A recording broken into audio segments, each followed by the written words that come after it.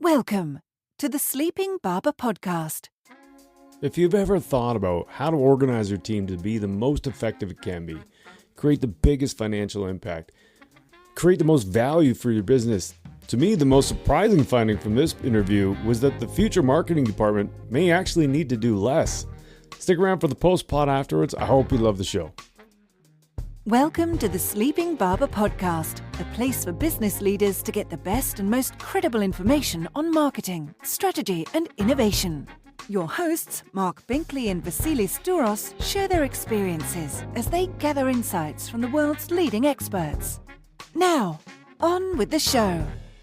Welcome back to the Sleeping Barber Show. Today, we have a couple of guests all the way from Sweden. Hanna Riberdahl is the CEO of the Swedish Federation of Advertisers, which is a platform for networking and education for a community of over 5,000 marketers from 400 different companies in 26 different industries based in Sweden. It's crazy. A lot of people that we're talking about here. Yep. So welcome, Hanna. Welcome. Thank you. And then Kaj Johansson is the managing partner and co-founder at Kapero, which is a company that's management consultants specializing in marketing, communications, and media. And today, we're so excited to talk to you guys. You produced combined a report, I think it was this past summer, on sort of the form and the structure of an effective marketing department, or the marketing department of the future, I think is what the title was. And we're so excited to have you here to talk about this. I think it was such a really interesting report. So thanks for joining us. Thank you so much. Thank you. Yeah. And so, just on that note, like, I always think about this weird thing about form follows function. Maybe it was my science background from when I was a kid, but like the idea that you can design something and it will act and behave in the way that you designed it is pretty normal. I think a normal thought for a lot of people, but we don't often think about it in terms of how marketing departments are structured.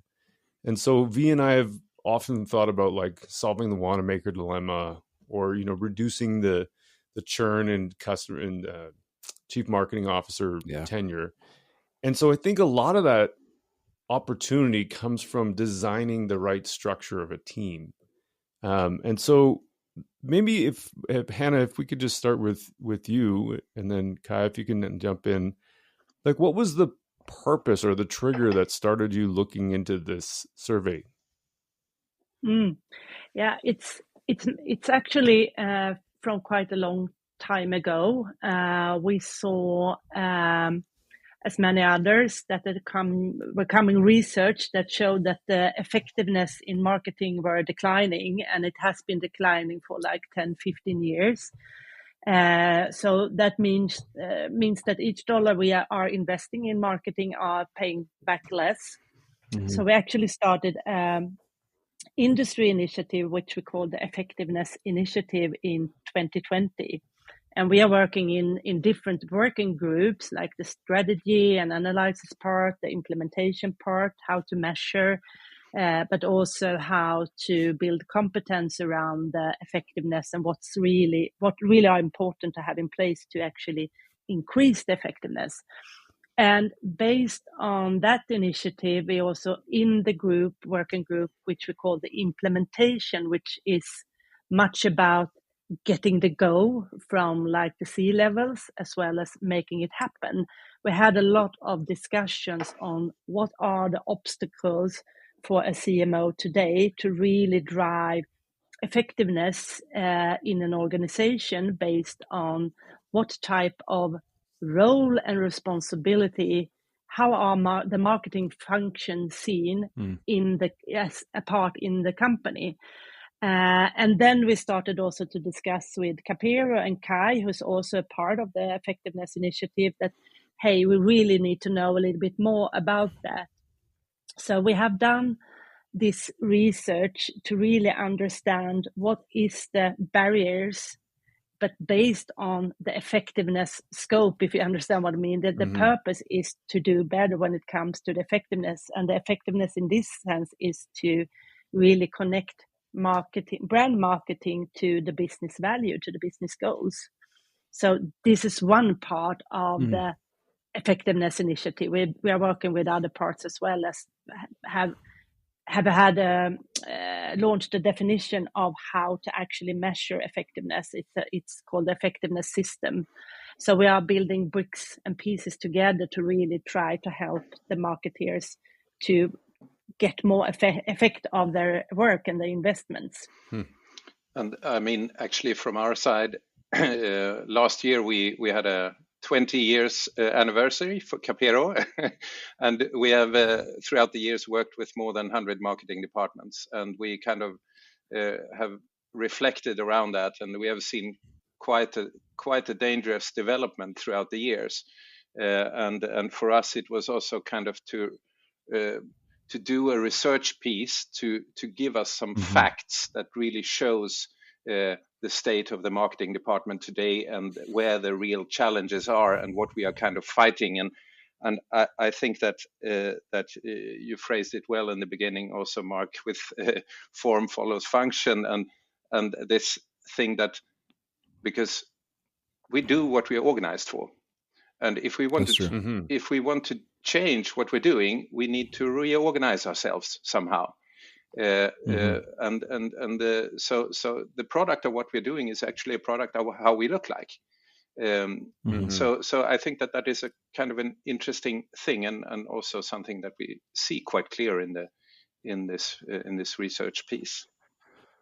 Yeah, that's really interesting, and thanks for that, Kai, and Hanna as well. And I think now more than ever, our marketing departments have become more dynamic, probably more diverse than they've ever been. There's a lot of functions right now within them. You have a lot of the new channels that come seeping in, obviously, suggesting that they're going to change the world for us and whatnot. But I'm curious, like, as you were approaching this study, like, did you have a hypothesis going in? What did you think that you would find? Maybe some of the big barriers. Just really love to understand what that thought process was. And maybe Kai, we kick off with you on this one. Yeah, well, I mean, the development that we have seen is quite a lot focused around that. You already talked about it a little bit, that it's more people, more roles. There is kind of more of everything, and a complex, very complex operations and fragmented operations also, especially in terms of budgets also. So we have this quite complex system nowadays that everybody's trying to navigate somehow, and I think also there has been quite a lot of focus on quantity, and we have kind of lost sight of quality, and what is it that really creates a difference in all this complexity. So I think that was a kind of a big hypothesis, so to speak, that would be kind of the situation, and we wanted to prove that. Yeah. But also I think about how also our members, the CMOs, are telling the stories around that. It's more about now what are a daily week in a CMO life. It's 50% more now about like engineering. It's a lot about technique, platforms, and the time that we spend on strategic issues like the branding, marketing itself, and the value that it creates are less and less time spent on it. That also reflects how we are organized in these very silos, specialists. So we don't actually have that competence or spending time in that sense in the way we are organized as well. One thing, just before we get into the results, like I found it really interesting that the way you designed the study, in that you, from my impression, you're trying to get a representation across the different departments within the company. So it wasn't just, marketers. What do you think? It was kind of like, well, maybe you can describe how you did it. I don't have to describe it for you. It's your study. No, but I think that. But Kai. Thanks. Sorry, Hanna. So, I think that was a very important thing from the start, because we suspected that we would have gaps and different views on marketing and marketing operations and on the marketing department and the role of the marketing department. So that was one thing that we were very clear from the beginning, that we would try to interview CEOs, business directors, sales directors, but also agencies, and of course CMOs. But we suspected that we would have different views, and we wanted to cover all these different views to see what we find here. Yeah, and if you're interested in finding the barriers, you need to have all these aspects to find, exactly as Kaj said, the gaps. Yeah. What are the gaps and the expectations? And we did a survey in, I think it was 2020, where we focused on only like the board members, the C-level, executive management, on their view on the importance of the value of a strong brand. So we did it with a professor at the University of Stockholm, and it clearly showed that there are some clear obstacles. They truly believed in the value of the strong brand, but how you do it, they actually had like all wrong answers. So that was quite scary. But when we asked them if they thought they had the competence and knowledge on how to build it, they said yes. But when they answered on how to do it, they had, like, if you look at research and fact, and that was really scary to see that it's, and that's the reality when you're working with this, that you have to have a daily life where you have someone that thinks that he or she understands how to build a strong brand with the marketing toolbox, but it actually is the totally wrong answer. So you have to convince, argue, and try to find a lot of evidence around that. And that was also some important part when we built this study to really understand the barriers from the C-level as well as like from the agency side, because we are in the middle. Yeah, that's super interesting. I was just laughing because there was this comment. Somebody had said, "What are the 3 scariest words in marketing?" And V had commented on this guy's comment. My kid said, "So you have," because there's a common reference where we had an executive that was telling us what marketing principles to implement because their kid had said so. And we're like, exactly, huh? Yeah. I used to be a CMO before this role, and I actually had a business director who told me that he know everything about marketing because his wife worked at the media agency. Right. And then it was, okay, yeah.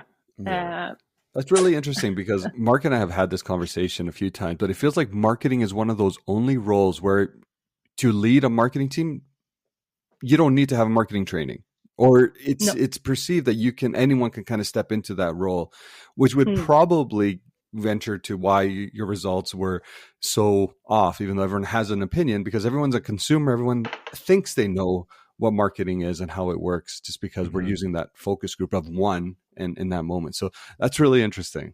Interesting. Yeah, if you go ahead with the... Well, I think as far as the study goes, like maybe you want to jump into that. Yeah.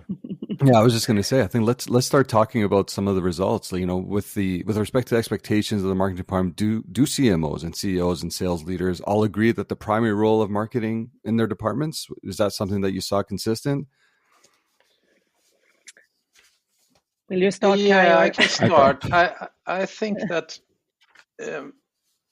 somehow they kind of agree actually on the role, and it comes back to what we just talked about, that the disagreement is not really on the role or even not on the overall objectives, but it is in the how. It's like it's how we're working and how we do it. That's where we have the differences in general, I would say. So, because the main thing that comes out when it comes to objectives is there are 2 main things standing out. It's building the brand and it's supporting sales. And everybody agrees on that. Marketing directors, CEOs, sales directors, everybody is kind of on board on it. It's these 2 things. But then we have differences in the how, so to speak. Yeah, but and what I thought was really a bit scary and remarkable was that we asked about the responsible to contribute to the company's strategic goal. And actually, it was only 4% of the CMOs that said yes on that. Wait, and that's really sorry, scary. say that again. Yeah. If you're responsible to contribute to the company's strategic goal, only 4% of the CMOs said yes. And that's, I think, really, really scary. The CEO was 10%, so they expected more from us. And from sales, it was 0. So I think that's one thing. Yeah. That's really one thing I think that sticks out from the study as it is. And also maybe depending on how we ask the question, but something that I really think is truly important. It's not only to sell more, it's also to sell more profitable. Right. And we have totally forgot about the profitability aspect in marketing. Sorry, I need to rewind there. So 4% of CMOs believe that their contribution is a strategic contribution to the business, while the CEO, 10% of CEOs thinks that the marketing's contribution is actually higher. So we have a lower expectation of what our contribution is to total business strategy than a CEO does. Did I understand that right? Yeah, but just to comment on that, an important thing here is that how the question is put, because this is an open question. So, the open question is about what is the main purpose for the marketing department. Most people mentioned build brand, and most people mentioned support sales. And then there were lots of other things that were mentioned to a much less degree, and the strategic thing that we're talking about is one of other things that also were mentioned, but so that is the main reason for why it is so low, so to speak. So it's a bit of a technical thing also on how we put the question. Oh, so it's. But I truly believe that's an indicator on the importance. If you can't connect about building the brands with the strategic goals, I think that's something that really I agree. Makes me a little bit concerned on the way we view ourselves. So I think that's also how we are viewing ourselves, is if it's not getting higher up, even if it's asked as an open question, it is quite low on our agenda and the role that we see ourselves in. So you're absolutely right, Kaj, but I think also that makes me concerned. No, and I agree. I mean, it's of course, worth double clicking into. It is. Yeah. In terms of B2B, I know that like everyone always talks about B2B. So we always say it's the same, but everyone there's so many people in B2B that go, no, that's B2C. That doesn't apply to us, or vice versa. Is there many differences in what you found between the two disciplines, if you want to call it that? Yeah, well, I mean, that was actually a very important thing in the start when we defined the target groups for this survey and this research and so on, because it's in Sweden also. It's like as soon as there is a marketing conference, there is always someone raising their hand and saying, well, but does this apply to B2B? B2B is totally different, you know. So we said from the start that we try to, and actually we managed that it's more or less 50% of the respondents are B2B and 50 are B2C. So we can really see the differences in this research, and there are some differences, but in general, most of it is very similar. I would say if you look at differences, there are some differences in channels that you use. Sure. Of course, and there is also when you look at this building brand and supporting sales, in B2B is a little bit more focus on supporting sales. In B2C is a little bit more focus on building brand, but it's not big differences, but you can see some differences there.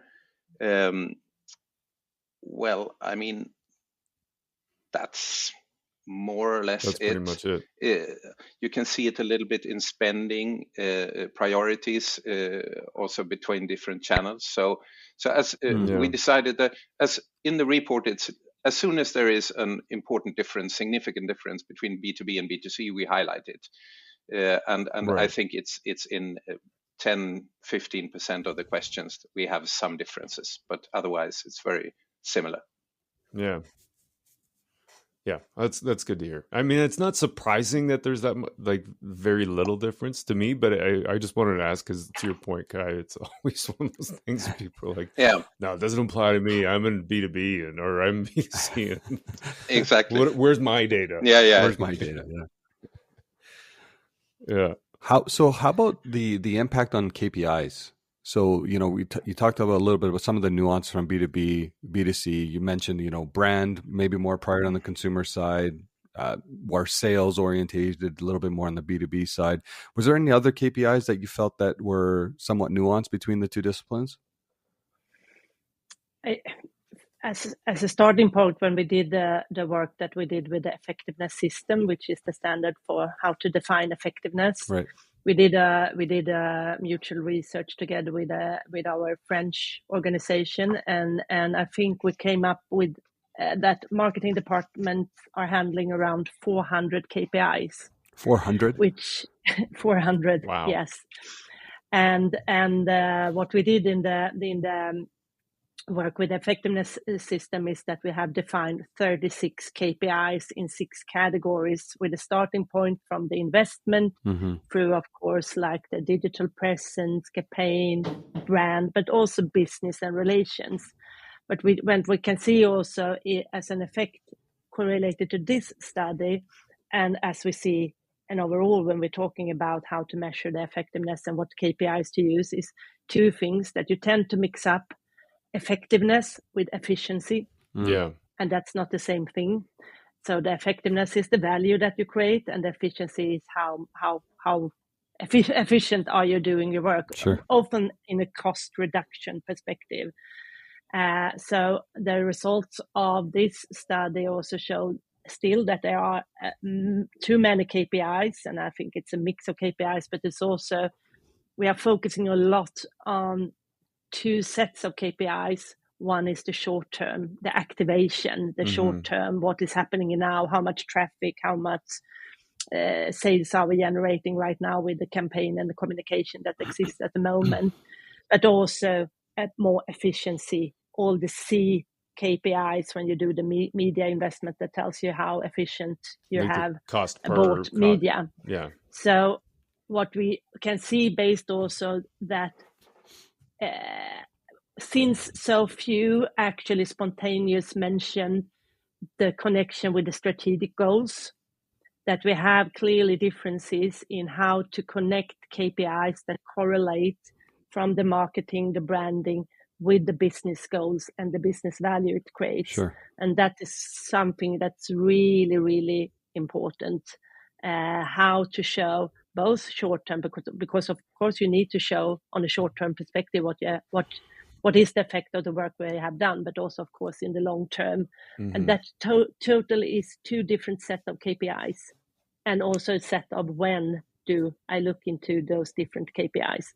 But we tend to focus on those that are results right here and right now to support sales and support all the activities that we are doing, the activation, the focus we have on production also tends that we need to show that it gives results. Yeah. Well, just to take that idea a little bit further, even like the effectiveness versus efficiency component, 400 KPIs versus the 36 that you're suggesting. I'm trying to just figure out how to word this in my head, but there's like the scope of the marketing department is you mentioned the cost per kind of metrics, the C metric. So you've got all these metrics, and the brand awareness and supporting sales are the primary objectives. But then you have the idea of like marketing is the 4 Ps. And so price, product, place, promotion. And yet we're really focused on promotion, and the KPIs that we have are really focused on promotion, and even more so, to your point, on the efficiency metrics of short-term results. So is the scope of marketing's authority realistic, given the like what they're trying to get us to do, or what the marketing departments are structured to do? Well, I don't know if that's a good question, but I'm trying to figure out how to word it. Hanna, are you onto something? You can start. I am. No, I think that the 4P thing is kind of interesting, because there is a kind of an interesting contradiction in this survey here, because you see that when you look at the scope of the marketing department, we asked about that, and it's very clear, at least in Sweden, that the scope of the marketing department is only promotion. So, the other 3 Ps, they are in the bottom of the list of responsibilities, and everybody agrees on that, even the marketing, even the CMOs. So the scope is promotion. It's nothing else. That's how it looks. That's the state of the marketing department in Sweden. And yet, if you look at all these KPIs, because we had this question about the KPIs, and we have all these 400 KPIs, but what is the main KPI? We also asked that. If you would choose one, which is the most important KPI? Then it's sales. So which is in the bottom of the scope of responsibility of the marketing department. So we have 400 KPIs that we use. The main KPI we're not responsible for. So I think that is kind of interesting. Yeah. So maybe let's just dig into that. So, because supporting sales is one of the primary objectives of the marketing department, but the KPIs that we're responsible for is not sales, right? Like, no. But everyone, so and I think, that's a brain twister. Yeah. It is a brain twister for me. I'm struggling on this side here. And that's we are now running a lot of what we call certification. It's actually a 3-hour education in the effectiveness system. I think at this date we have around 3,000 people who has taken the course and done the certification of what is what in the effectiveness system and how to connect it. And what we can see is that, as Kaj says, that mostly in Sweden, the marketing departments are responsible for the promotion. So they are using the KPIs that they are comfort with, that they know about, like the share of voice, share of attention, reach, like when it comes to media. You do the campaign evaluation, you do the brand metrics with awareness, the purpose of buying, etc., and you're going down that road, but you don't connect it to the sales. How does the work that we actually have done with the promotion connect with the actual sales outcome? And you are stopping at like the branding part, the media and the campaign evaluation and the branding part, but you don't connect it to the actual, and you need to really take a twist. If we have increased awareness with 2%, that's a huge probably job that you have done, but what is that 2% worth in potential sales in upcoming 6-8 months? You need to speak the business language and translate the marketing KPIs that we have today into sales. But you also need to step into the sales figures to truly understand them, because I think that many marketing departments in Sweden are not that involved in the sales KPIs that they should be. So even if you're today responsible for promotion, you need to also get into the KPIs that are probably someone else who's doing the last part, but we are doing the first part of it. And if you are just stop adding that into what you have contributed to, then you are also getting another role, I suppose. So in a way, it's sorry. Go ahead, V. I was just quickly, and I think I'm listening to this conversation right now, and I can see both sides, because on the one hand, I know internally we're getting pushed to make sure marketing can attribute revenue to everything that they put out in market. And that's where digital marketing has really taken off, and being able to show a level of efficacy, if you will. Well, look, we actually drove X amount of revenue, last click, whatever attribution they use, whatever. So that's kind of given us credibility again, because now we can attribute directly with almost like our ability to put something in market and correlate it directly to revenue. But what I'm hearing is where we should be stopping is more on the I guess like the reach metrics are if you will, like our awareness metrics, that we've been able to have a lift of X% in brand search queries or something else, and let the revenue numbers come from another side of the business. Am I hearing that right, Hanna? Yeah, I think the problem is with the digital marketing KPIs, where of course we have a lot of data and that we can correlate, as you said, the last click. But that probably a lot has happened before the last 100%, click. Right. And we undervalue that part of the stuff. work that we have been doing. Okay. So the last click is mostly focused on those that probably should have bought your product or services anyway. Yeah. Right. So we are pushing and think this is the one that's working. This is the one that's working. Right. And we forget about how the other parts before we actually did the click are contributing. So you need to get that in place on how all things are actually connecting. And I think we have, like, for most industries or business categories, you have around like 5-10% who are in the market today, actually, that will buy. Yeah. So you have those other 90-95% that will not buy today, not tomorrow, not in a month, but probably maybe in 6 months or something like that. Yeah. And what you are doing when you're focusing on the KPIs from the performance marketing, I don't really like that, because every marketing should perform, but now it's the name and frame of that, is that you're focusing on those that are in the market that probably should have bought anyway, and you try to push that to make actual sales by having kind of discounts and everything. That actually affects your business profitability in the long term.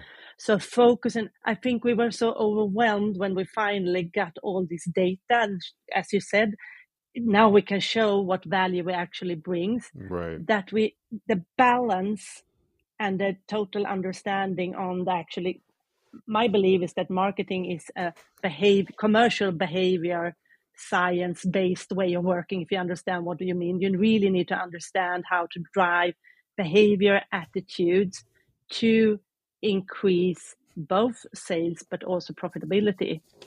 But it has been so much focus on the digital marketing, the performance marketing, the growth hack marketing, that we have lost also the other work that we need to do to actually get there into the last click. Yeah. And that imbalance also is kind of strategic issue of how to contribute today, but also on the more long term. So I guess, well, that's my view of it, and also what we hear a lot of when we are out doing this certification education in how to measure effectiveness. And also, just to comment on that, also that you mentioned, that we have this. It's a bit of a dangerous path, also when you start to claim sales, because many of the KPIs. I think it's also interesting. Why do we have all these KPIs? Where do they come from? And they come from channels and systems from below, so to speak. So that is always the problem, because we have a strategy and objectives up here, and then we have KPIs, and they are born in channels and activities and technology. And I think that they are, in many cases, they are almost a sales argument. Someone wants to sell you a system or a channel, and they deliver you data and KPIs in order to prove that that was a great investment.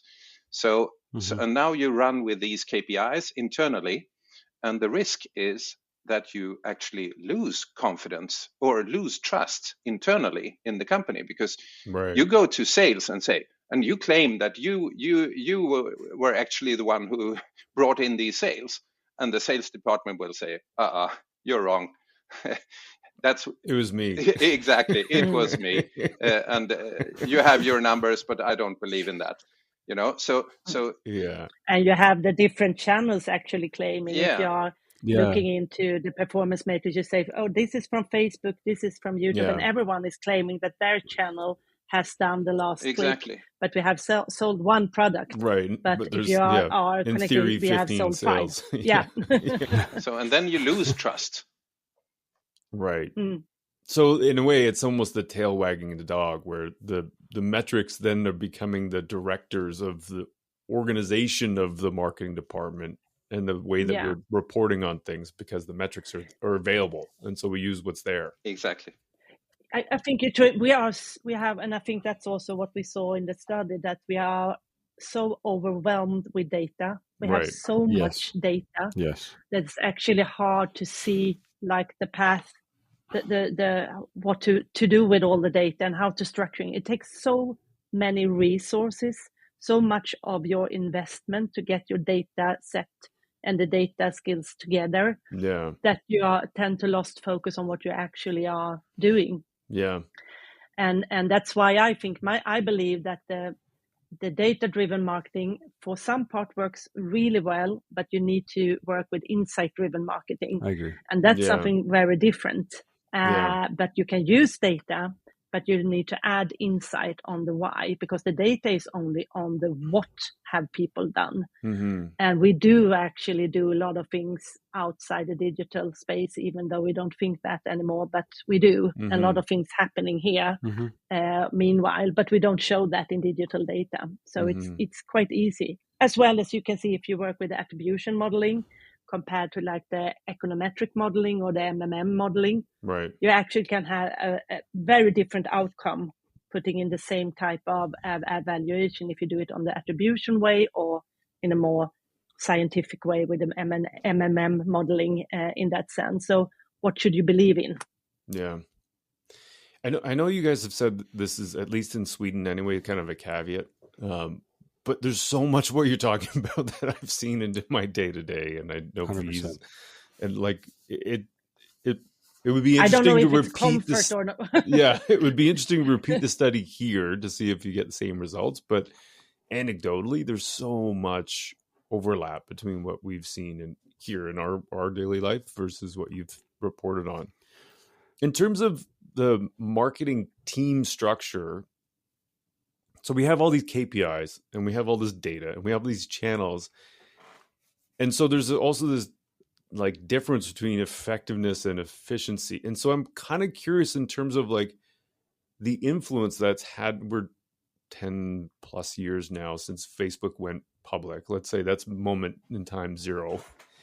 Like, how has that impacted the metrics and whatnot? How has that impacted the way the teams are structured? Well, I mean, it's had a huge impact. I would say before Facebook, there were almost only generalist people in the marketing department with generalist knowledge, so to speak, and marketing knowledge. And nowadays, there's almost only specialists.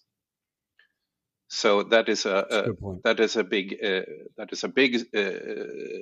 for a start difference, and due to that, the specialists are organized in kind of channels or systems, or so we have teams divided up into different specialisms, and what is happening now is that these teams start to actually compete with each other internally. So we almost get the agency competition we had before on the outside, we now get on the inside, because every team wants to have more budget in their channel, and every team wants to also do the whole customer journey in their channel. That is what has happened lately. So I would say in the 5 years ago, we already had these specialist teams, but the difference now is that every specialist team claims that they are doing the whole customer journey in their channel. So if you talk to the CRM team, the email team, they would say, we build the brand and we do this and we do that. And so they do lots of things in all different parts of the channel. So now we have specialist teams that are trying to do the whole customer journey in their channel, and they want more budget for themselves. So that's where we are. are. And I imagine they're using those ROAS, ROI, last click attribution model. Like, yeah, we did for sure. It'd be like paid search is delivering an X% ROAS. We need more. Yeah. Everybody has data to prove, and everyone have their set KPI. In to show how well they are performing and having to argue on getting more budget. Mm-hmm. But they don't understand on how to contribute to the overall business objectives and the effectiveness of the marketing as a whole. I just had a bit of an epiphany linking back to what you were talking about before, Hanna, with the responsibility versus the everyone agrees that marketing should have a contribution to revenue sales, but we're using these media metrics as a proxy for that contribution, for brand awareness and for supporting sales. But when we're actually looking at the sales data, we're not doing nearly as much as we think we are, because we're all using last click attribution or some model like that, and we're all claiming excessive amounts of contribution towards sales. And so then we're not actually looking at the real sales. We're just looking at what the digital platforms are telling us. Exactly. I think it's so important to get the total picture together. What is your baseline sales? What would you sell if you didn't do any marketing communication at all? Right. You will probably sell anyway, but probably declining over time. Yeah. Right. Then you add communication. You can do the short term, you can do the long term. That is something that together with the baseline is actually like the mental availability. Right. Then you have the product, the price, and the distribution. There is where the sales actually happen. Mm-hmm. But those two together needs to illustrate how they are connecting to each other in a better way to actually get the sales to the right price and to contribute to increase the baseline sales. Right.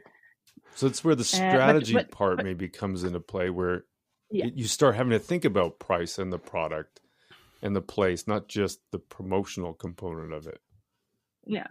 I think it's really important that the marketing department, even though it's today only responsible for the promotion, are also taking partly responsible for the other piece, being a part of that. As we started out, everyone has opinion about the marketing communication, the advertising, but we need to have an opinion also when it comes to the product, the pricing, and distribution. Right. So we are not there discussion with that type of discussions, I would say, but it's also, you need also to challenge some of the sales goals, because they are often bottom up from the CFO and the financial perspective. How much do we need to sell to have that type of profitability? Yeah. But if we don't invest in new customers, in having more customers to know about us, more potential customers, and etc., those type of sales goals are irrelevant, because that will not happen.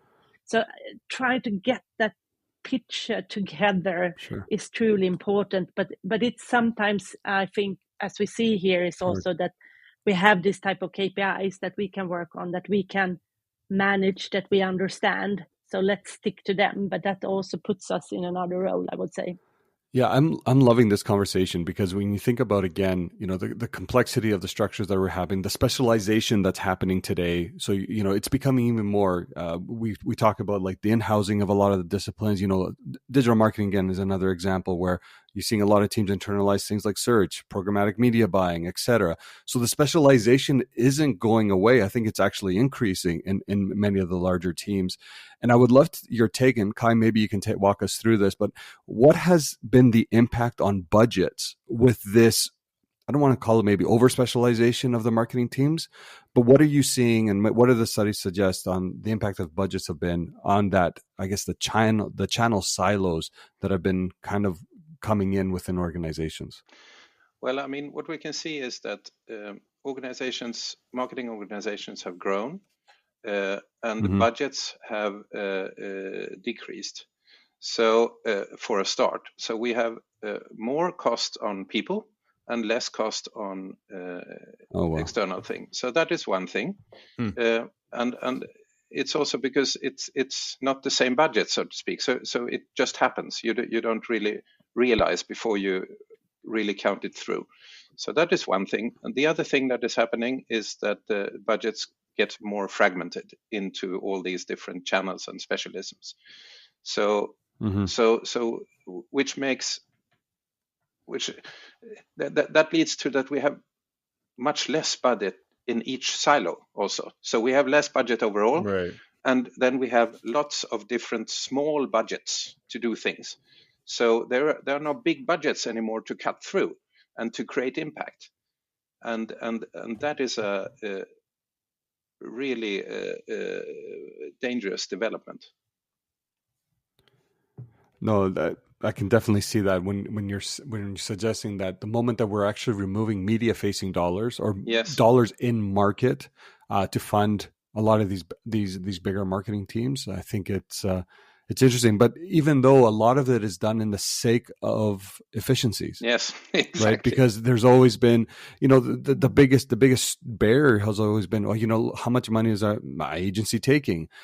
They're buying programmatic on our behalf. There's a huge black box that we don't know what's actually media and hence why I assume here, but is the reason why a lot of these companies are going down this path of maybe sometimes it's an over internalization, a lot of these aspects, just to regain some level of transparency and control once again, which I believe digital marketing has kind of created this,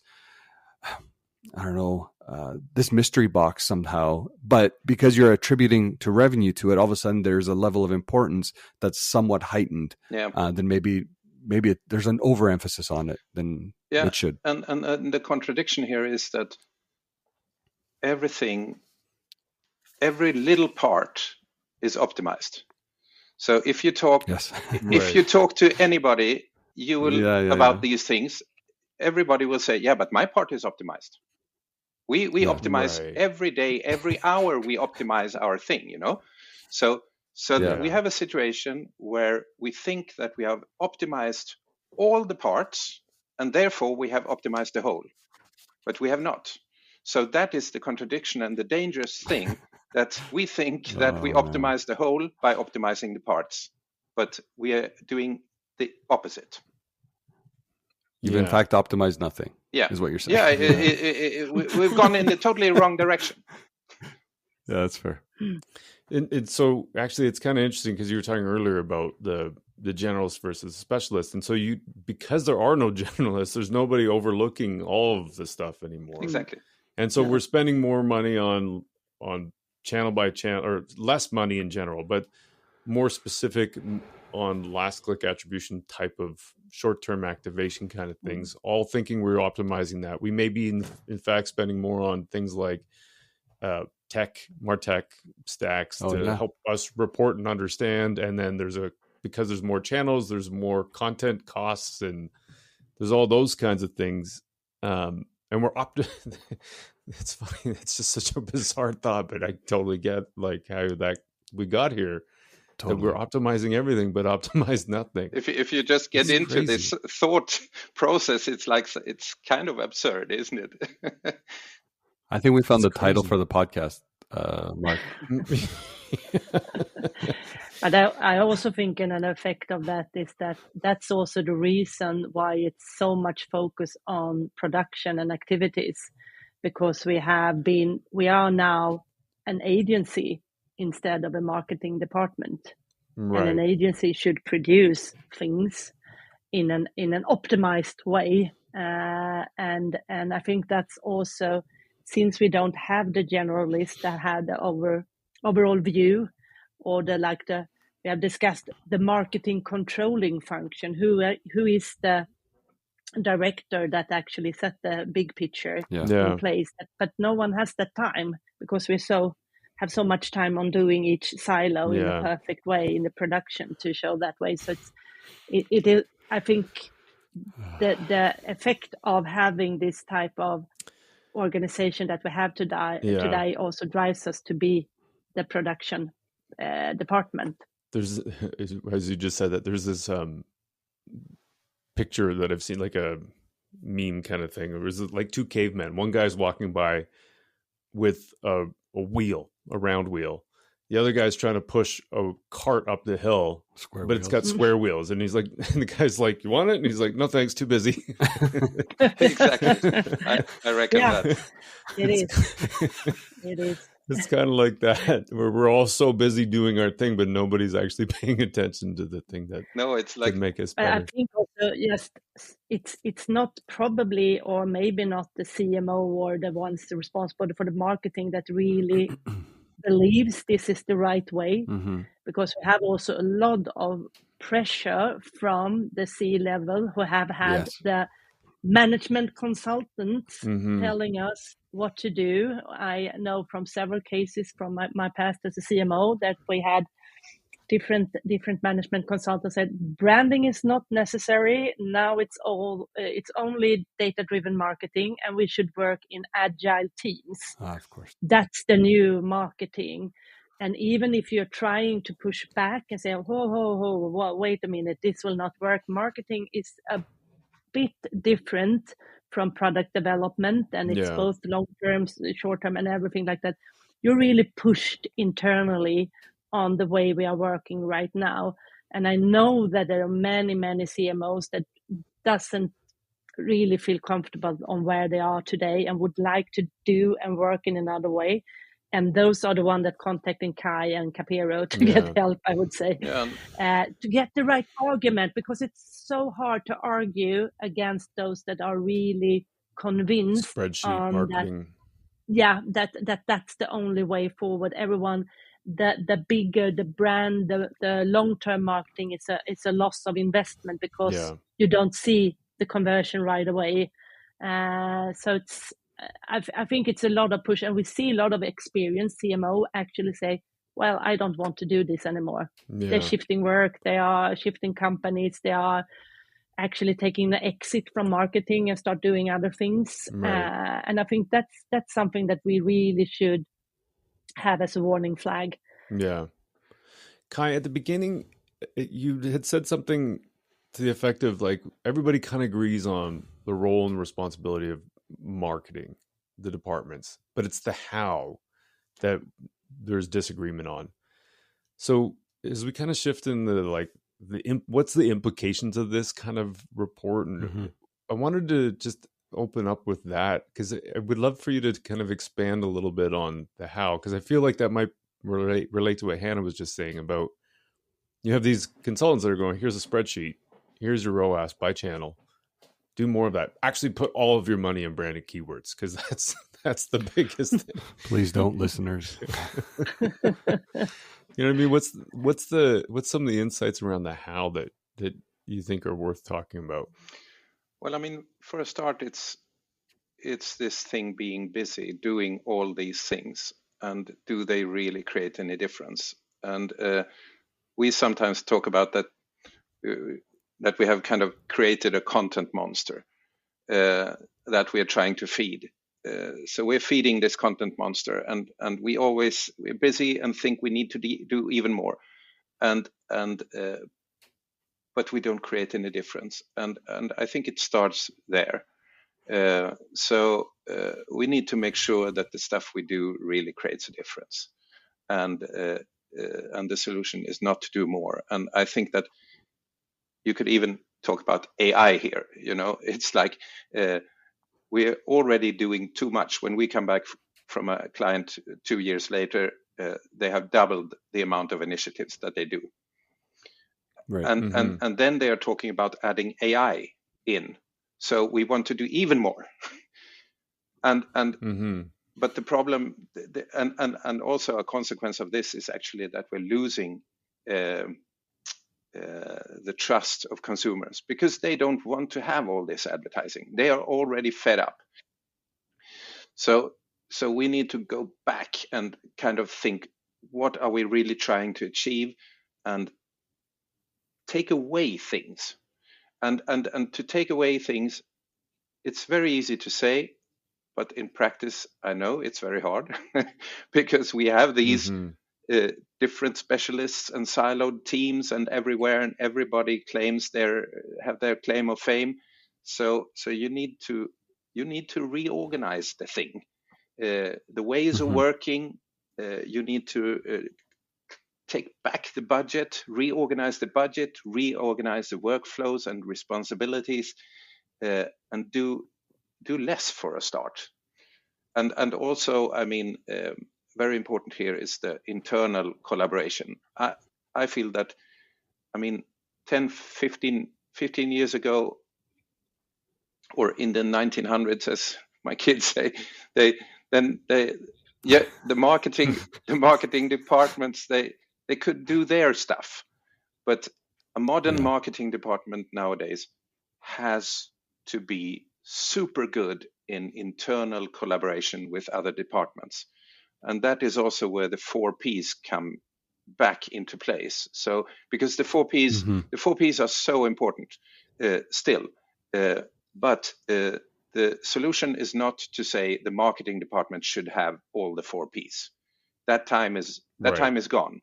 So, but the company needs the 4 Ps, and the 4 Ps needs to be aligned, and that therefore the marketing department needs to be super good in collaboration.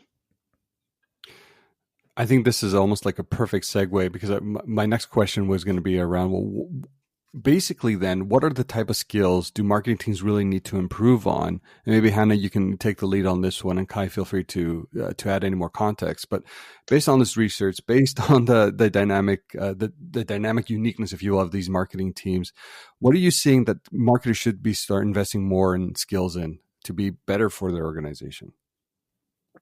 If we look at the gap between those that responded in the research, we can of course see like the business strategic, how to connect brand marketing to the business strategy, and how to explain how those how the toolbox that we are working in correlates with the brand, the business objectives. So the strategic skills needs, of course, to improve. I think there are people there, but they don't get the time to actually look into it. I agree with that.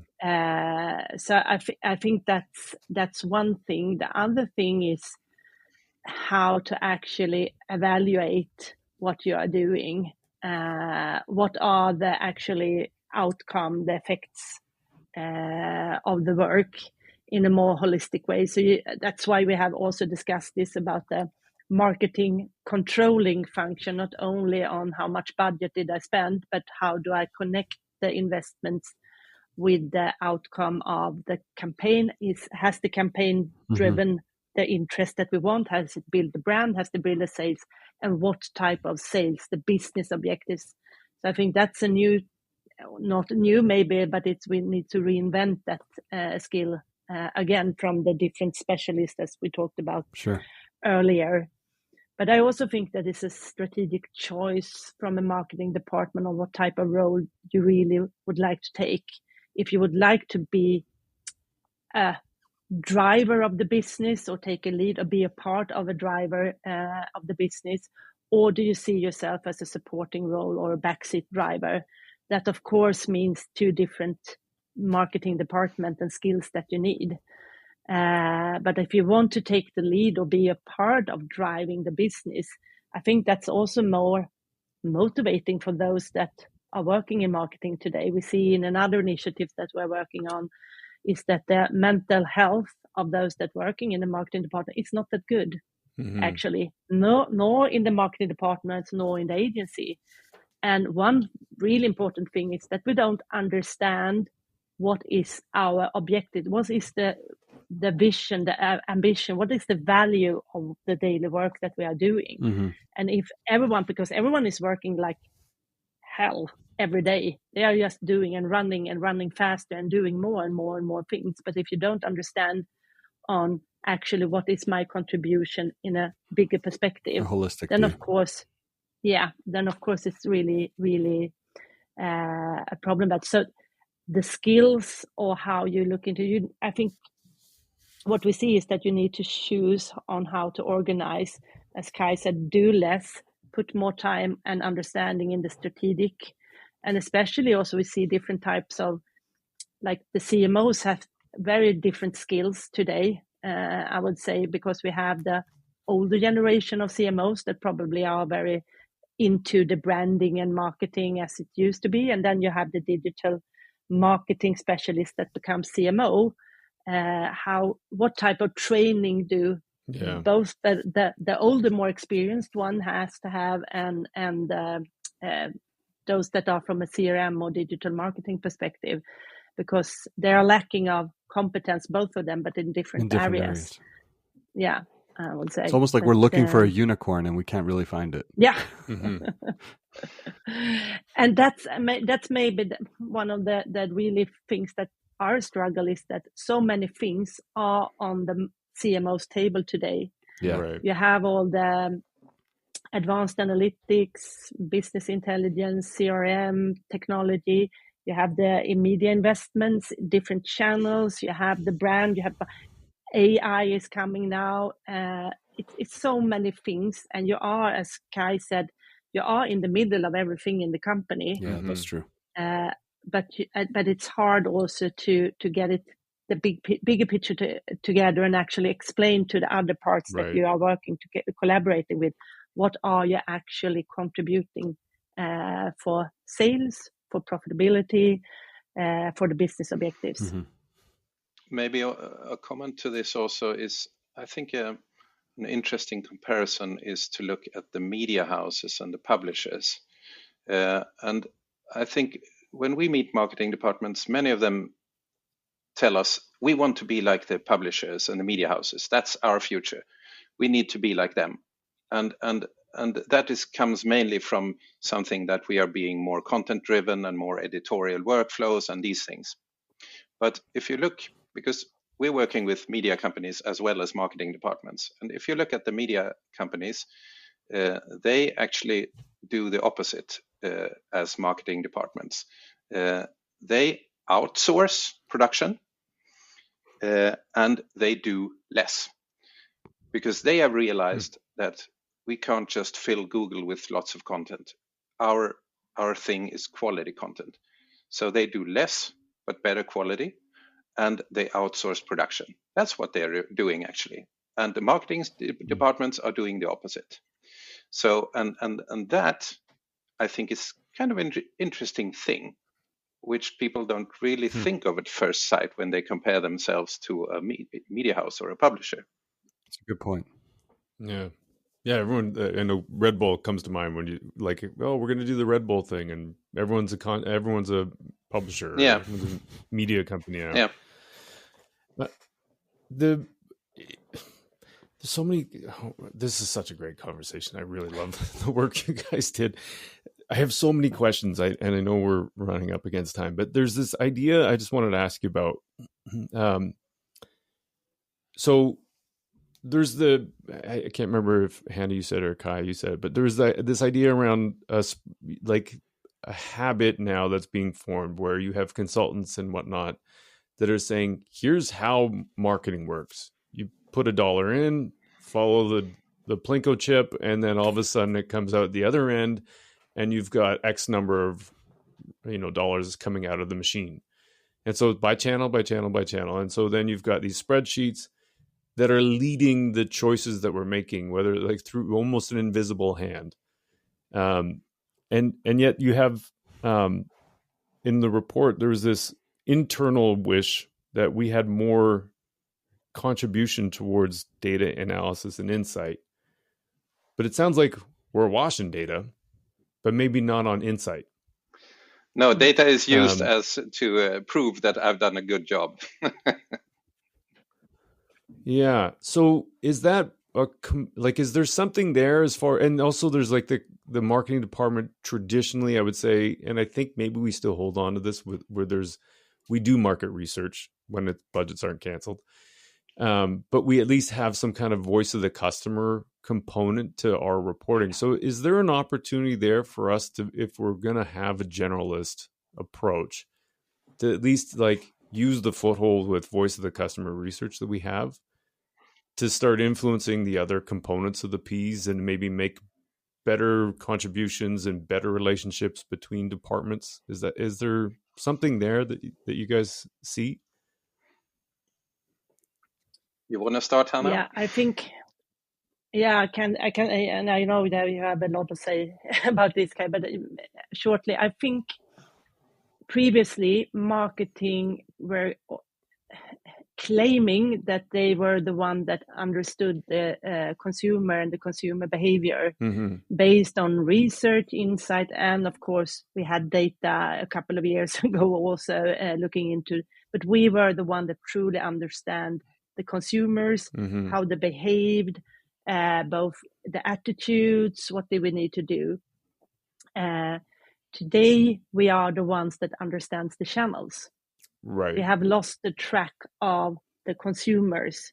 We are looking at data, not people. Right. And if you're going to make your decision based on that data, you truly need to understand what type of data are you looking on. Because if you're just taking the data from Meta or from Google, they have defined how this data is defined actually. So like Meta is saying that this ad has been viewed, but actually was just one pixel that has been uploaded. Yeah. So it's a lot of you really need to understand the data, not just trying to get all the data in place in data sheets and then get some tool, a MarTech tool to do the analysis, because there's so much underneath the surface in the data lake that truly means something totally else than what it is explained as. So I think that we need to retake the consumer as our main object in the marketing, Source that of we truth. are the ones that understand the consumer. Kai, how about you? Well, I think that the consumer perspective is a super important opportunity and thing for the marketing department and for the future. So, because I also think that we always talk about that everything changes and everything has changed and so on. But the thing that is constant is that it's still about humans, human beings. So in the end, everything is about human beings and consumers and how we act and behave and so on. So, and that has not really changed. Of course, there are different channels and we are moving in those channels in different ways and so on, but it's still about, everything is still about people. So I think that that perspective is very important, and there is an opportunity to work with that perspective much more. But I would also like to say that it's very important that it gets connected to business. So I've seen way too many things and way too much work on that is, dividing into different customer segments. And then we're talking about red people and blue people and yellow people. And then we go down that road, and that makes me a bit frustrated, because people do that and think they are customer centric. And then it's like, but where is the business perspective on this? So if there is no business perspective on customer orientation in the marketing department, then we have lost again. So we need to get the business perspective. That's a good point. And also, I think that there is also, again, back to collaboration here, because I have seen marketing departments trying to claim this internally in the company. And again, they get the problem. Then they go to sales and say, we are the voice of the customer. And what do sales say about that?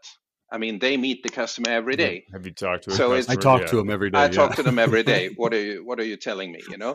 And also in product development, it's the same. If you go to, let's say H&M in Sweden, for example, they develop a new seasonal new clothes for the season and some new things. They have been on trend. The designers for the clothes have been on trend, travels and so on. Of course, the designers at H&M are customer oriented. And then if marketing departments tells them, hey guys, you're not customer oriented. I know how the clothes should look like. That's a very dangerous path. So I think that again, collaboration is key. And I Mm-hmm. think that when it comes to data, the marketing department could actually be responsible for customer data somehow. So I think that there is an interesting opportunity here when it comes to data and insight, but it requires collaboration. You can't sit in your department and think that you know better than the others about the customers. You will never succeed. Yeah, Mark, fair enough. Mark, just like you assumed, we did not get through all the questions we had. This conversation has been incredible. And just to kind of close up here, Hanna, we start with you. How can people find out more about you and a lot of the great work that you're doing? You can just visit us on our website, but it's very hard to pronounce in English because that's the Swedish name of our organization. It's Sveriges Annonsörer.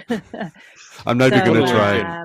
No. We'll put a link in the notes. Put a link on that, and that you can find a lot of the reports and the studies are in English. Yeah. So amazing. it actually can be downloaded, and then some of them are open for non-members as well. So, Kai, how about you? Well, I mean, of course, there's the website. We have some case studies there. We're also quite active on LinkedIn, and we share insights on LinkedIn. But also, I mean, reach out. We have lots of experiences and cases and stuff. We love to meet people. I think it's more important than ever after the pandemic. The physical meeting, that's when things really start to happen, and we're always happy to meet and discuss, and we're really very engaged in all these things and love to discuss. Amazing. So reach out, and we would love to do it in other markets, this study also. I mean, let's see if we can make that happen somehow, because I think the discussion today also kind of shows that this is not really a Swedish phenomenon. It might be a universal phenomenon. Yeah. Amazing. This has been fantastic. I'm so grateful for your time today. This is like so fascinating. It can be great for the new year as we get into the new year and start thinking about our own teams and how to structure them. So this is so practical, so timely. Thank you. Thank you. Just before we get to the post pod with V and I, I'd like to take a second and just ask to see if you could leave a review. We're always looking for ways to make this show better and really love your feedback. Hey-o! Hey! Post pod! Here we go! It's good to get that energy up, you know? Oh my goodness. How could you not be buzzing after that conversation, True. Mark? Yeah, it's true. Yeah, I like insert we say it every time. Here. Yeah, I really love that conversation, but I really love that conversation. I genuinely mean that. It was 100%. So interesting. It was really, really, it was really fascinating. Let me start with this one, V, because I thought this was shocking. Well, and you made a great point. I think we stopped recording at this point, which often happens. But 400 KPIs is what marketers usually have in their arsenal, and they're suggesting 36 as part of like an effectiveness palette, let's call it. Yeah. I thought that's really smart. But your point, maybe you should just make it now so we have it on record. Have it on the record? Yeah. I think the problem is with us having so many KPIs, it kind of really speaks to the insecurities that we have in our ability to actually showcase our effectiveness to a business. Yeah. I agree with you. And it's also, to me, it's one of those things where you're like, okay, there's strategy in everything, right? You've heard that. Of course. We've both lived that statement a few times.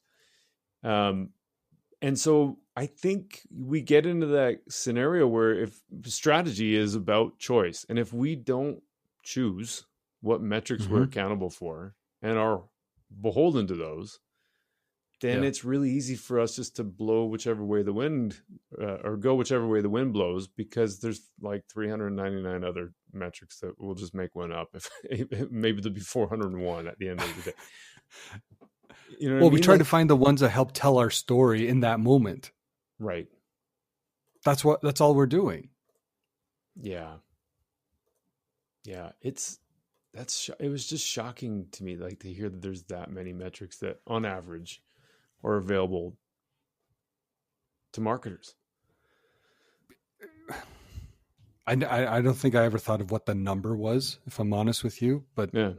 I'm not, I think the right way of saying this, like, I'm not surprised. Yeah. Just think about it, like, you think about it in the context of just digital only, all the different KPIs, optimization metrics that we have.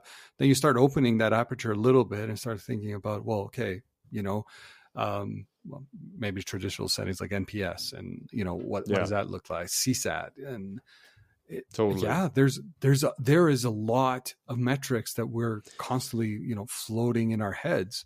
At the end of the day, trying to maybe either showcase how we are, what's the right word, but just staying close to like some of those to the business, like contributing value. Yeah, that's exactly it. Contributing value. Yeah. But the fact that we need 400 metrics, I think is more because like we're just insecure.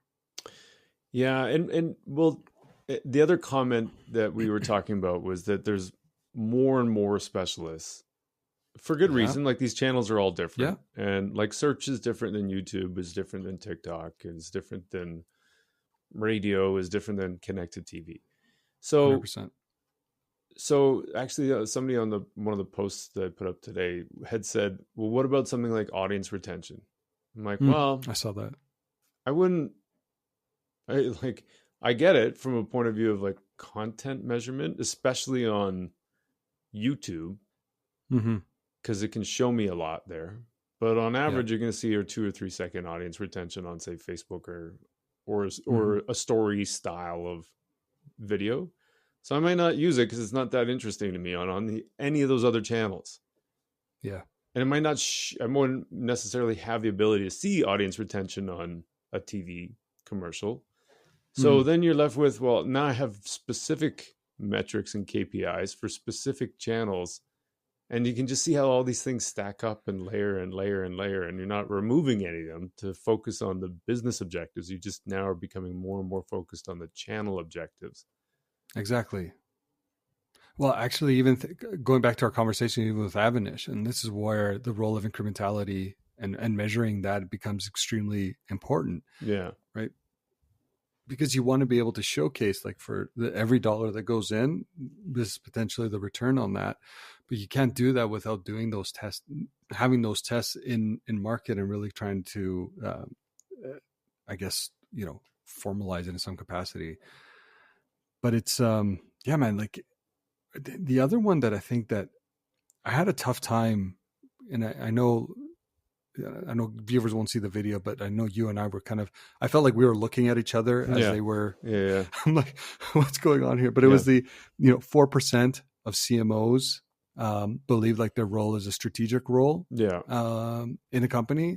And yes, of course, like Kai was really quick to kind of say, like, the way the question was articulated in the survey, it wasn't one that was, I guess it didn't come up as top of mind, but Hanna's push to that was like the fact that we don't think about those roles as strategic roles in the business is a flag. Yeah. Because we put things like branding first, promotion, I don't remember the list, but I thought that one I had a tough time wrapping my head around. I don't know about you, but. Yeah, and so I'm going to take Kai's word for it because I have a printout of I don't know if you can see that. I love it. I don't know, like there's weird things that happen when you do surveys, and I think maybe this is what Kai is referring to. But if you put a question like building brand awareness as the first thing on a list, and then go down from there, the first thing on the list will get selected more. I don't know if it was randomized and all that kind of stuff. So I have a suspicion that there was something to do with the way that the survey was orchestrated and that you interacted with the survey that maybe have impacted that. But the two clear winners were building brand awareness and supporting sales. Right. So for me, I'm just going to take that at face value and say they're the two things that everybody agrees on, which is what I think ultimately their point was. But I can see also Hanna's point in that if the format of the survey aside, if people, especially the CMOs who are filling in the survey, didn't put that their role is strategic, you can see how that would be troubling, because there's turnover is high at the CMO position. Yeah. CMOs are now, from their research, leading production teams, which isn't necessarily considered strategic. You're just executing. And there's almost no responsibility for price, product, or place within the remit of a CMO. So I can kind of see where her concerns are coming up there. But again, I kind of wait to see if there's a different result from a different kind of survey that shows that. But it's something definitely to keep an eye out on. Yeah. It was, I know it caught me off guard, if I'm being completely honest, right when she mentioned it there. Yeah. What else did I have here? I have so many notes again. Yeah. The other one was the tendency to confuse and mix up between like the effectiveness and efficiency. I thought that was an interesting take as well, because obviously when they're not the same, you know, especially language, if you're just listening to that. But when we're often maybe communicating any campaign that we have in market, we're likely using those words somewhat interchangeably. And, you know, there is a clear difference in what they're meant to do. Yeah. Right. So I thought that was an interesting. It's weird. Well, we're writing this book together of all these different. Oh, don't tell anybody. Well, don't tell them. But I was writing today actually on, I was writing today on ROAS and ROI. Weirdly enough, I got there through the targeting section, but I don't know where the right spot is to put it. Maybe it was because of the conversation this morning. But the idea is like there's an inherent principle that you target narrowly, and you're trying to optimize your budget for ROI. So this is initially I was like, well, ROI is an effectiveness metric. Like you're trying to increase the return on your spend, or ad spend, or a ROAS, or return on investment, ROI. So as I'm writing this thing, I'm like, okay, well, there's a natural tendency to then target people who are in market, because that's where you're going to get higher ROI, because they're the current heavy buyers in the category, not necessarily loyal to you, but they're loyal to the category. To the category, yeah. And it's probably not loyalty is the right way to say it. Roger Martin would say it's interest more about habit. Oh, right. That they have habits that are making them buy regularly. And so I was like, right. So then if you're trying to boost your ROI, then you start targeting people who are heavy category buyers. So you're using intent signals. You're putting all your money into search keywords, like branded search keywords and retargeting ads and things like that. Yeah. And then what you're not doing is investing in any of the brand awareness stuff, because you're now reaching all buyers in the category, including people who do not buy your product or your service, in which case you're going to start lowering your ROAS and ROI because you're spending money to reach people that aren't buying today, but will buy tomorrow, but we'll never know about you. But we'll never buy from you if they don't know about you. So I'm like, ROI is an efficiency metric. When you play like that, 100%, I agree. And up until I would say today, I never really thought about it that way. Yeah, no, that's a great point. And it's also like when you think about it, like in the context of how misleading, especially something like ROAS can actually be, when it actually doesn't likely tell you exactly what is happening in that moment from a not even a campaign perspective, but you can have nice high ROAS, but that may just be in that one specific channel that you're able to drive conversion. So let's just use search as an example, keep picking on them, but it's, I'm with you. Yeah. I'm with you. Yeah. It's crazy. And then, then by like over 10, 15 years of like doing more and more of that, we've like oriented I mean, you and I met each other because they fired the entire marketing department because they were traditional media people. Yeah. And they're like, we want digital people in here. We want digital people. And so all of that knowledge went out the window. And then here's us going, oh yeah, we're going to optimize for our ROAS and ROI and all that kind of stuff. And like, we're driving e-com sales. And then all of a sudden somebody's like, well, what's going on in the store? You guys are killing stores. And like, there's all kinds of stuff that you just don't realize until you run into hiccups and roadblocks around how the organization has been designed and how it's leading to a problem that you may or may not be aware of at the moment. Oh man, that's hitting home right now.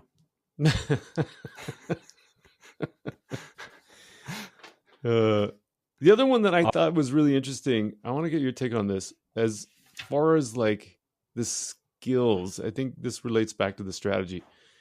I had a note here about driver versus supporter. Like you're either driving strategy or you're just supporting the strategy. And I think those skills are different. Like as far as the way that agencies are set up, maybe that's going back to the point that you brought up about the CMO not feeling like they're leading strategy. What did you think about that?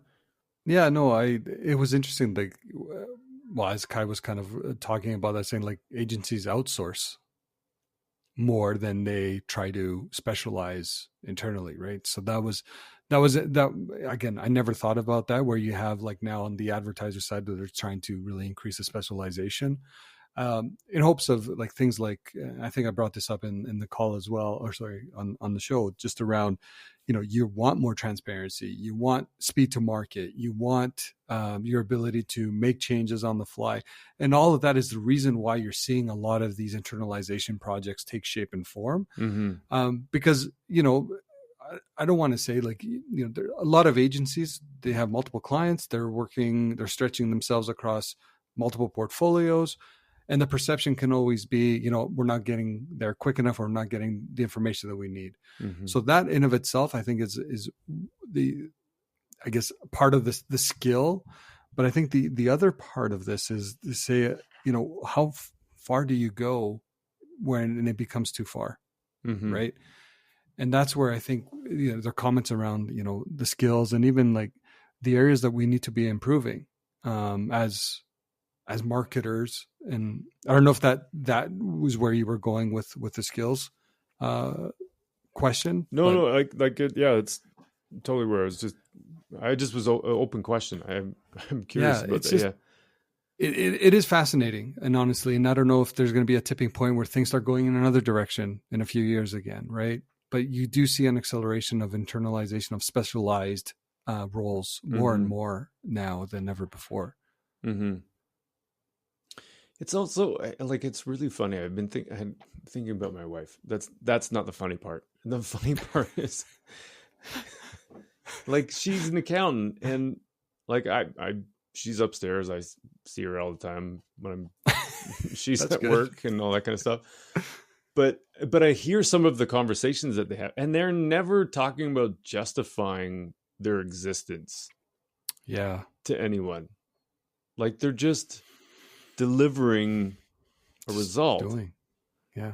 Like, which is the accounting stuff has to get done. There's a month-end deliverable, and like those are the balancing a spreadsheet. Man. Yeah. A balance sheet. Like it has to be 0 at the bottom. Yeah, exactly. Yeah. That's it.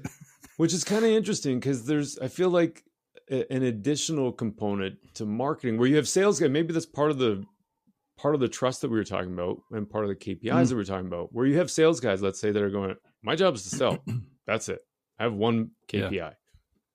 Yeah. And sales. then you have marketers that are being led sometimes by an accountant, let's say, who's got a spreadsheet that's looking only at the past, and they're looking at, well, we spent X dollars here and we've got Y dollars here, like in our ROAS sheet.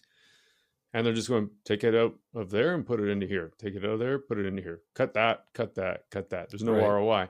And then so we're inventing all these metrics around like revenue and what it is we're doing, and spending as much time, or if not more, trying to justify our existence than just delivering a result. Yeah. No, That's interesting. And remember, like, I think it was Kaj that brought this up as well. It's like, what are like the two metrics? And there's I don't remember. How did he say it? There's a sales side, but then there's also what we're responsible for as marketers and really trying to drive the awareness. Right. I think wasn't it awareness and sales? Yeah, there's building brand awareness was one, and then supporting sales, which was like just the overall findings. Yeah. So then when I think about those two, and like I have an example of this, like literally a conversation today was around, we have primary metrics that are really moving some of those awareness metrics, right? Mm-hmm. Then secondary objectives are really going to be around like driving, volume, order volume and whatnot. And my push to the team there was kind of like, hey, let's start thinking about these as two separate things. Like during the campaign period, you will be able to drive some level of sales, but you can't attribute those sales just to that campaign that's in market. Mm-hmm. You can say that these sales happened to happen during this time that this campaign was in market, because this campaign's purpose is really to drive these awareness tactics, right, these awareness metrics, right? Right. But I know leadership is going to make sure, like, hey, what is the loads that you're driving? So I think it's okay for marketers to talk about the sales, but talk about them in the way that it's not directly attributing to a campaign that happens in the moment, unless it's like a sales campaign, a sales specific, like it's an offer where you like can a Black Friday thing or something like that. Exactly. I think that's where that you can't use that. But I think, again, it comes down to language and how you're preemptively communicating performance that plays a major role. Yeah, I'm with you on that. It maybe, as you're saying that, I was thinking about like a phrase I've heard before. I don't know where it came from, but intellectual honesty. And take it whatever way you want. But the way that I think about that is, I'm taking it to the bank. Yeah. The way I think about that is like, be honest with what we actually do. So rather than say like, oh yeah, we ran this campaign, sales are through the roof.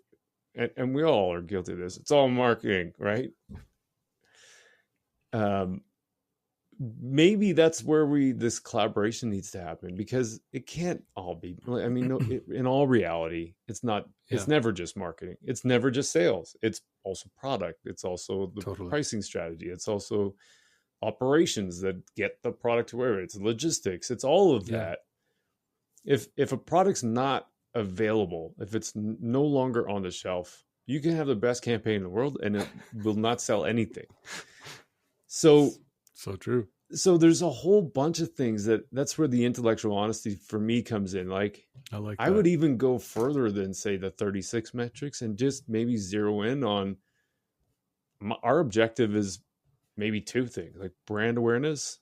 And if you've got an e-com site, like website traffic. Yeah.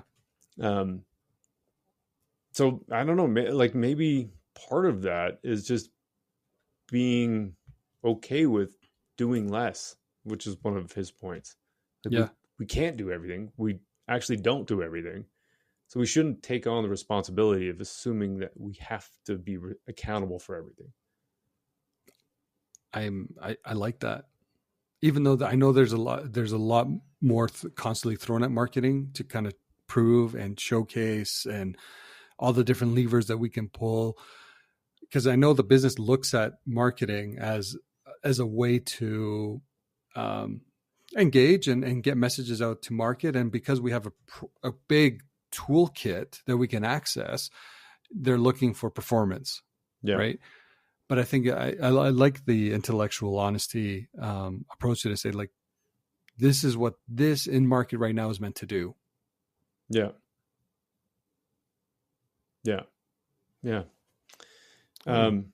There's another thing that after the call, I was looking up a couple, or maybe slightly before, I was looking up some vanity metrics. So the ROI, ROAS is kind of fitting into that bucket actually for me, because it's not effectiveness, it's more efficiency. But then I started finding all this research that exists out there. It's been out there for a long time. We had Roger on talking about promise to the customer, which made me think of it as well. But Like a campaign that's built to make a promise to the customer outperforms other campaigns. Yeah. And it does worse at generating buzz. Yeah. So PR buzz, social engagement, those kinds of things. And then I found all these other studies, one from Facebook itself, saying industry research has repeatedly shown engagement rates do not correlate with outcomes ultimately used to judge the success of your marketing efforts. So clicks, while they can be a strong indicator of success for online direct response campaigns, they have limited, if not no correlation between offline sales lift. So like there's all these things that are out there where at NPS, we had John Dawes on not so long ago. There's all these metrics that we're using of those 400. I'm like, how much of that is literally the tail wagging the dog? We're just acting and responding rationally, another Eddie Obing thing, to a world that actually no longer exists. Like that's not what is driving business results. Optimizing everything to essentially optimize to nothing. Yeah. Right? Yeah. It's fascinating. The more we dig, the more we get into, and the more conversations we have with a lot of these thought leaders, global thought leaders, I think it's becoming abundantly clear that, you know, we have to be careful in what we promise that we can do as a discipline. Mm-hmm. And again, like I think I'm going to steal it, buddy. Your intellectual honesty. Like, well, there you go. I stole it from somebody else. Feel free. Well, I don't have an original thought. I just read a lot. But you know, it's almost coming full circle a little bit in the context of like, well, marketing's role is very specific. It's, you know, leading the horse to the water. Right. That's what we're ultimately trying to do. What are the best way that we can do that? Well, look at the toolkit, pick what you want, and just go nuts. Right. Yeah. Can't force the horse to drink water. Yeah. That's in this case, right? Yeah.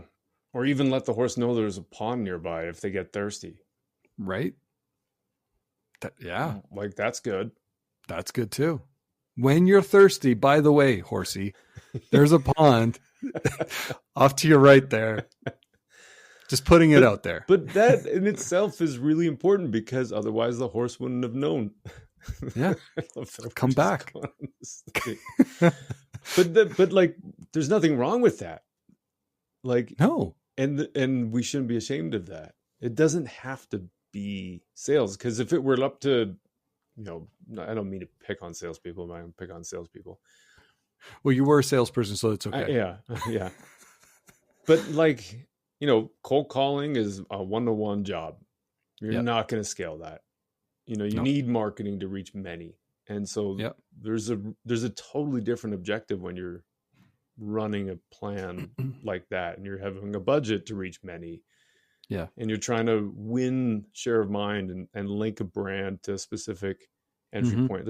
That's a lot of work. Like there's a lot of valuable work there. Yeah. 100%. 100%. Yeah. What a great conversation. So good.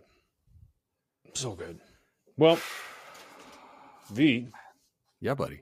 What do we got? I don't even know what we got coming up next, because this is probably going to air in the new year. This is airing. Well, this has aired now in the new year. Yeah. I was going to say Merry Christmas, but now it's too late. But I'm early for next year. Yes, you're definitely early for 2025. Yeah, this was awesome. Yeah, it's been great. Okay, Hanna and Kai, thank you once again for coming on. We genuinely enjoyed the conversation, and it really made us pause and think a little bit. And I think that's important. Totally. Yeah, 100%. Okay. See you in the next one, buddy. Yeah, man. Let's chase profitability. That's all we got to do. That's it. Actually, I don't mind. Like I'm warming up to that, because like, are you? Yeah, because it kind of it matters.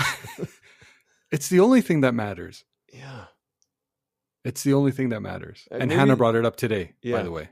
Yeah, I need just to wrap my head around how to say it. Okay. Yeah.